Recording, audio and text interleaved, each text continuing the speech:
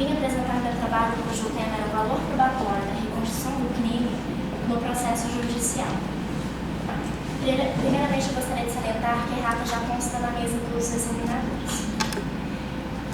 Bom, neste trabalho, a minha problemática foi saber qual é o valor dado à reconstrução do crime no âmbito do processo judicial, mas na instrução processual penal. A escolha do tema ela surgiu de uma inquietação justificada pela forma imprecisa com que a reconstrução do crime se apresenta na mídia e no imaginário popular. Também surgiu pela falta de obras com que se debruçem sobre o assunto especificamente. Minha hipótese inicial seria de que a reconstrução do crime ela é sim valorável no processo judicial, entretanto teria algumas peculiaridades que seriam abordadas no decorrer da pesquisa. Busquei como objetivo verificar e entender qual é o valor que a reconstrução tem no processo judicial, desde a sua elaboração no inquérito policial até a sua chegada no Poder Judiciário. Busquei especificamente determinar qual é este valor da reconstrução, segundo a doutrina e a jurisprudência. A metodologia usada na pesquisa foi a metodologia bibliográfica, documental, legislação pertinente, a doutrinária e jurisprudencial. Os autores mais usados foram Fernando Capês, Guilherme de Souza Nucci e Daniele Cavalcante. Daniele Cavalcante é uma juíza federal do estado de São Paulo. Bom, para que se entenda melhor sobre a reconstrução do crime, é preciso delinear e definir alguns conceitos de inquérito policial, elemento de informação, meios de prova, valor probatório e a própria reconstituição.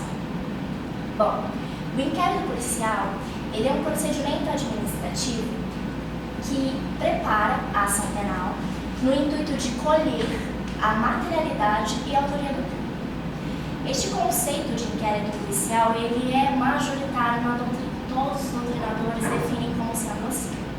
É interessante porque o inquérito policial foi definido, foi instituído lá no Império de Dom Pedro II, com o Decreto-Lei 4.824, onde ele instituía exatamente nesse molde do inquérito policial. Entretanto, ele inclusive falava que era um instrumento escrito, o que é exatamente hoje, atualmente. Nessa órbita do inquérito policial, é preciso entender que o inquérito policial ele visa colher elementos de informação. Ele não visa colher provas. É o que ressalta Renato Brasileiro e Daniele Cavalcante ao falar que a mídia e a própria população vivem falando, vivem ressaltando que colheram provas. Não são provas, são elementos de informação. Ocorre o seguinte: o que são elementos de informação? Elementos de informação são todos os indícios fortuitos colhidos na cena do crime com o fato delituoso, ou seja, após ou logo após. São pouquíssimos doutrinadores que definem, mas a juíza federal ela fala que é muito importante definir que são elementos de informação. A partir do artigo 155 do Código de Processo Penal, ele ressalta e deixa bem claro o legislador que o juiz ele não pode, ele não deve julgar e sentenciar com base nos elementos de informação. Ele deve sentenciar com base nas provas estritamente colhidas que estarão no processo judicial. Também é interessante a partir do artigo 155 porque o legislador arrolou todas as provas admitidas em direito no processo penal. Só que esse rol ele não é taxativo, ele é exemplificativo. Ou seja, o juiz se achar por bem fazer uma oitiva não está descrita no Código de Processo Penal, ele determina e irá fazer. Pois bem, é importantíssimo diferenciar elementos de informação de prova. Primeiramente, a sistemática processual penal, ela tem dois momentos de embasamento da ação penal. Primeiramente, na fase preliminar, que é a fase investigatória. Essa fase investigatória é feita no inquérito policial. O outro momento de embasamento da ação penal é lá no processo judicial, na instrução processual. Ou seja, uma não se confunde com a outra. Entretanto, é preciso que esta se coadune com esta, para que esta tenha embasamento suficiente. Por isso, isso que a sistemática processual precisa também do inquérito policial. Frisa-se que, em alguns momentos, quando o Ministério Público e o ofendido já detenham os indícios de materialidade de autoria, eles só irão apostar os autos. Eles não precisarão estritamente ter feito o inquérito policial. Bom, outro ponto importantíssimo é que no inquérito policial não há ampla defesa e contraditório. E na instrução processual penal, há. Por quê? Porque no inquérito policial é um procedimento administrativo. Ele visa tão somente averiguar e colher as diligências. Portanto, neste, não se rege o princípio do contraditório na defesa. Agora, no processo judicial, claro que deve se reger os princípios constitucionais. Todos os doutrinadores são unânimes, inclusive a doutrina, a jurisprudência. Outro ponto também seria da presença do juiz. O juiz ele está distrito tão somente no processo judicial. A sua função, que é delegada ao Estado, que o Estado delegou ao juiz, de julgar as ações e sentenciá-las, ele deve se ater estritamente ao que está no processo. Segundo o Supremo Tribunal Federal, o juiz macula totalmente a ação quando ele vai interferir na investigação. Por quê? Porque deve-se obedecer o princípio da imparcialidade. No momento em que ele entra lá, ele macula tudo, ele faz aquela bagunça entre aspas geral e não consegue, de uma forma imparcial, visualizar. Por isso que o juiz ele deve estar adstrito ao processo judicial e não no inquérito policial. Deixe a função para o poder de polícia, para a polícia judiciária. A função do magistrado é tão somente julgar aquilo que está nos autos. Bom, deve-se ressaltar também que no processo judicial temos o autor e o réu, diferentemente no inquérito policial, que é simplesmente acusado e vítima. Por quê? Porque aqui não há uma relação dialética, diferentemente no processo judicial. Aqui estão somente acusações e averiguações para que se detenha o indício ou não, que aquela pessoa que está sendo acusada é ou não realmente a que cometeu o crime. Depois de passar por esse contexto todo do elemento de informação e da prova, agora passa ao objeto do trabalho, que é a reconstrução do crime. A reconstrução do crime, ela está elencada no artigo 7º do Código de Processo Penal. Alguns doutrinadores falam que é errôneo falar que a reconstrução do crime, ela é a nomenclatura certa de reconstrução do crime. Na verdade, é simulação dos fatos. Mas as duas são sinônimos. Não há muita interferência nesse tipo de coisa. O que consiste a reconstrução do crime? A reconstrução do crime consiste na reprodução, como o mesmo diz, simulada dos fatos que ocorreu no crime. Entretanto, ela precisa estritamente obedecer e não ferir a moralidade e a ordem pública. Por quê? Porque senão estará ferindo todos os princípios constitucionais, porque afinal não há princípio contraditório, não há o contraditório com a defesa. Então por que há? Então não há que se falar nesse tipo de coisa. A reconstrução do crime, ela vem no intuito o chefe de polícia, que é o responsável pelas diligências tomadas na reconstrução do crime, ele faz a requisição. Mas essa requisição ela é feita somente se tiver uma dúvida plausível no inquérito policial. Ou seja, um bom exemplo. A vítima afirma que viu o acusado atirando nela no topo da escada. Só que uma testemunha fala, não, delegado, não foi assim não. Eu vi o acusado bem ali, ó, na frente da escada. E outra vítima fala que não, que viu o acusado correndo e atirou para todo lado. Mas espera aí, ele estava no topo, ele estava embaixo ou estava correndo? Então precisa existir uma dúvida completa, como foi no caso da Isabela Nardoni, porque primeiramente os pais falaram que foi alguém que entrou dentro de casa, depois foi que a menina se jogou, pegou a tesoura e se jogou do apartamento. Então o delegado logo viu que tinha muitas dúvidas imprecisas neste caso. Só que a comoção popular já tinha sido feita, a imprensa já estava lá, então não teria mais como obedecer à moralidade e à ordem pública. E acontece que não há uma previsão no Código de Processo Penal exatamente do momento da elaboração da reconstrução. 10? Sim. Tá. Não há uma previsão concreta da reconstituição do crime no Código de Processo Penal, em relação à sua elaboração e em relação ao seu momento de realização. Normalmente, em regra, como diz a juíza federal, é feita no inquérito policial. Afinal, a polícia judiciária está para defender, né, o bem comum, o bem coletivo. Então, o que acontece? É feito no inquérito policial e é levado para o processo judicial. A cargo do juiz fica a cargo do juiz, ele vai determinar se fica ou não a reconstituição nos autos. Por vezes, alguns juízes eles pedem para que se refaça novamente, mas é muito raro, como a juíza mesma disse, é muito raro e em regra somente leva para o processo.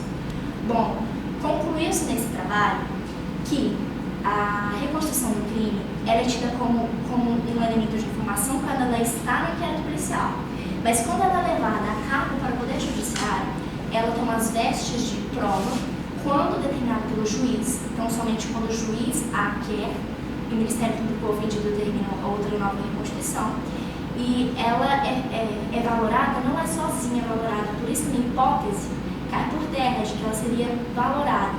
Ela não é valorada sozinha, ela é valorada num conjunto probante dentro do processo judicial que será levado a partir do inquérito policial ou feito pelo Ministério Público e aí determinando o caso concreto. Bom, e aí fica a cargo do juiz, com o seu princípio de livre convicção dos autos, determinar se aquilo é ou não imprescindível para o processo e se aquilo serve como prova. Então, concluo esse trabalho dizendo que voltamos para o detentor do poder do Estado, que é o juiz, que é o magistrado, onde ele, no seu princípio de livre convicção, ele vai adstrir todas as provas aos autos e vai realmente valorar ou não. O Código de Processo Penal é omisso, o ordenamento jurídico penal ainda não relatou em que momento ela será reproduzida, em que momento ela será valorada, fica adstrito do Poder Judiciário juntamente com a Polícia Judiciária. Bom, foi este meu trabalho monográfico, espero ter atendido as perspectivas da banca. Parabéns, Taina, muito obrigada pela participação. Na verdade, não tenho perguntas, só tenho um comentário. Eu fiquei, nossa, eu estou muito curiosa, de verdade, muito curiosa. Porque, assim, de todos os meus alunos, como você é a mais nova, você é a menorzinha e a mais delicadinha, eu estava com tanto medo da sua apresentação. Se você pudesse imaginar, você teria que ir mais fácil. Eu estava tensa. Porque eu não. Olha, você hoje, você deu um salto. Não é a mesma pessoa que eu conheci uma semana. Eu sei que essas olheiras aí, certamente foi porque você estava preparando trabalho e apresentação e deve ter feito essa apresentação umas 10 vezes. Mas eu tive certeza que você sabe da matéria, porque você desde o início, e esse mesmo choro foi um choro que eu vi no corredor, né, quando você estava sem orientador. Todo mundo tinha mais orientador para ela, acabaram todos os orientadores. E aí, nesse dia, ele encontra comigo, diz: prazer, meu nome é Taina, pelo amor de Deus, me aceita como sua orientadora. E eu disse: mas como assim, né? Tão rápido? Você nem sabe se eu sou uma pessoa legal, né? E aí ela falou: mas eu não tenho escolha.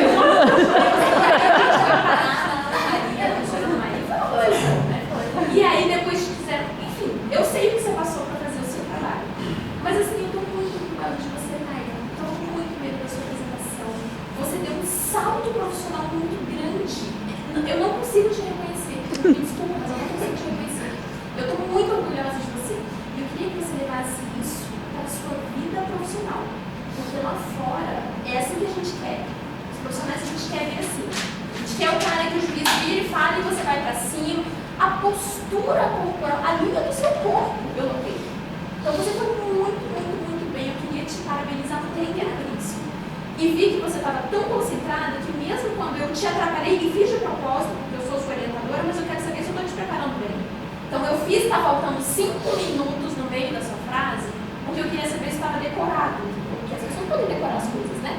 E você, 5 minutos, tá. E você logo retomou e continuou. Então assim, nossa, eu estou muito orgulhosa de você. Parabéns, viu? Eu vou passar agora para a professora Patrícia. Olha, Taina, eu concordo com tudo que a sua orientadora me falou. A professora trabalho ele tem uma qualidade, ele está muito bem elaborado, mas a sua apresentação foi brilhante. Eu parei tudo que eu estava fazendo, eu fiquei babando. Sério, eu acredito que a sua família tenha sido vítima dos seus ensaios, sabe, durante muito tempo, mas eu acredito que está perfeito. A sua apresentação, ela manteve uma ordem lógica, uma clareza, e as minhas perguntas praticamente você destruiu todas elas. Eu não tenho o que perguntar agora, tá? A qualidade do seu trabalho, eu só tenho que realmente parabenizar. Não tive prazer de ser sua professora durante a graduação, mas pelo orgulho que você concedeu à doutora Ana Patrícia, eu acho que todos nós compartilhamos disso hoje. Parabéns, brilhante, você está pronta. Professor. Depois dessa, então, acabei me emocionando aqui também, e faço minhas as palavras das colegas. E agora, dentro de um critério técnico, queria chamar a atenção para algo que foi discutido aqui na monografia que antecedeu as suas, que era a posição majoritária da doutrina no sentido da inexistência do contraditório no inquérito. E eu tenho lá isolado no meu cantinho escuro dizer que o inquérito tem contraditório. Não tem ampla defesa, mas tem contraditório. Então agora que feliz vejo a postura da doutora Daniele Cavalcante, a juíza, né, que veio me acompanhar no meu canto escuro, né, que também afirma, entre aspas, que existe no inquérito, existe um grau ainda que um pouco mitigado de contraditório, porque lá são produzidas provas essenciais. E ela está certa, e a doutrina está toda errada. Ela mas a doutrina fala muita besteira. A gente tem que, e é bacana ver alunos como vocês, capacitados a uma análise crítica, para terem a capacidade de contestar o que a doutrina fala. O aluno tem o vício de achar que quem escreveu o livro que ele está lendo foi Deus. O aluno tem esse vício. Olha, se está no livro, está certo, foi Deus que botou aqui na Terra para a gente estudar, e isso aqui está errado, a doutrina erra muito. Então, fiquei feliz de ver isso.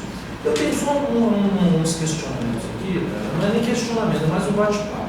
Porque eu nunca já estou em muitos processos criminais, mas nunca, em nenhum processo eu tive uma reconstituição de fatos. E agora está na moda, né? Bruno, ficou na moda. Deixa eu te perguntar, eu não sei se você teve a oportunidade, aí já está até fora da sua avaliação, é só para a gente enriquecer. Se o réu se nega a alguma consequência, o que acontece? Pois eu estudei, se me permite até fazer só um parênteses, perdoe-me, mas é porque como a doutrina majoritária falava que não tinha inquérito contraditório para defesa do inquérito, eu achei por melhor falar mais... Fez certo. Deixa você formar e você vai começar a escrever. Agora você volta no cantinho, vamos lá pro cantinho. Tá bem. Olha, o princípio Nemo Teneto Detede, que é o princípio que fala do direito ao silêncio, inclusive é um princípio que veio lá do Pacto São José da Costa Rica e passa por todas, eu inclusive passa pela Constituição dos Estados Unidos, passa pela Argentina, de muitos países, princípio ao silêncio, direito ao silêncio. O que acontece? O acusado no inquérito policial, pelo que eu estudei, pelo menos, a maioria dos advogados prefere que eles não façam. Por quê? Porque às vezes pode falar um pouco demais, né, e acaba maculando a sua própria defesa.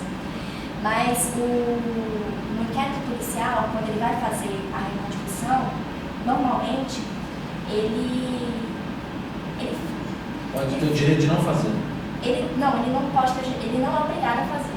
Isso é o que diz a doutrina e a jurisprudência. Ele está descrito, é livre, liberdade dele não fazer. Por quê? Porque lá não há um processo, né? Não é uma instrução processual. Então ele não fica obrigado a fazer. Acontece que alguns delegados, no intuito de fazer a reconstituição, eles fazem aquele jeitinho, né, de delegado, senhor, meu senhor, mas o senhor está sendo acusado, meu senhor, como é que o senhor não vai? E aí faz todo esse jogo, né, meio que psicológico que o delegado tem com o acusado, para fazer com que ele próprio, espontaneamente, faça a reconstituição, mas não é obrigado. E ele tem o direito de ficar calado também, se ele for, ele pode ficar quietinho só olhando. Alguns agentes policiais tomam as vestes do acusado Acontece assim, o delegado, aquilo que eu falei, eles primeiro cercam o local, fazem as diligências, identificam as pessoas. Se o acusado não for, eles pegam o que eles têm de informação na delegacia, aí vão fazer. Aí chegando no momento de fazer, já tem vários agentes policiais, o delegado pega e pede: será que tem como, Anderson, um agente policial, vem cá, faz o papel aqui do acusado, porque ele atirou nessa pessoa, só se veste aí. Aí a pessoa vai e faz. É claro que não é a mesma coisa, mas ele não é obrigado e fica descrito somente da sua liberdade. Estou contando um caso de 3 segundos. Eu tenho um cliente que ele conseguiu confessar um crime em 5 segundos. Na reconstrução? Nós fomos à Polícia Federal para ele ser ouvido e eu combinado com ele há dias, você vai ficar calado, você não vai falar nada. Fica calado. Eu não vou nem falar. Você não vai abrir a boca, só eu que falo. Ele não mandou, eu vou falar que eu vou ficar em silêncio. Não. E ele gostava de falar. Não, você não vai falar nada. Silêncio, postura a boca, só eu que falo. Se ele falar tudo bem, bom dia, você não vai falar nada. Senta no sofá, o delegado fala: pera aí só um pouquinho, eu já vou chamar vocês. Aí ele senta no sofá, eu virei as costas para pegar uma água no corredor. O delegado vira para ele e fala assim: quanto você levou nesse negócio? Você levou uns 100 mil, né? Aí ele foi quase isso. Você entregou demais. O delegado não fez constar, porque acabou que ele me conhecia, tudo veio um negócio informal, mas se entregou. Ali, desse jeito. Então, a polícia realmente faz isso, tem que ficar costurar a boca, né? Costurar a boca. Muito obrigado. Obrigada a vocês. Então, tá bem, Carla, parabéns, muito obrigada. Nós vamos para a próxima pessoa. Isso, vocês vão assistir a próxima, né? E aí, no final, na próxima apresentação, aí a gente vai fazer as avaliações e aí a gente passa as notas. Então, eu vou te pedir para você anotar um pouquinho. Tá bem. Muito obrigada.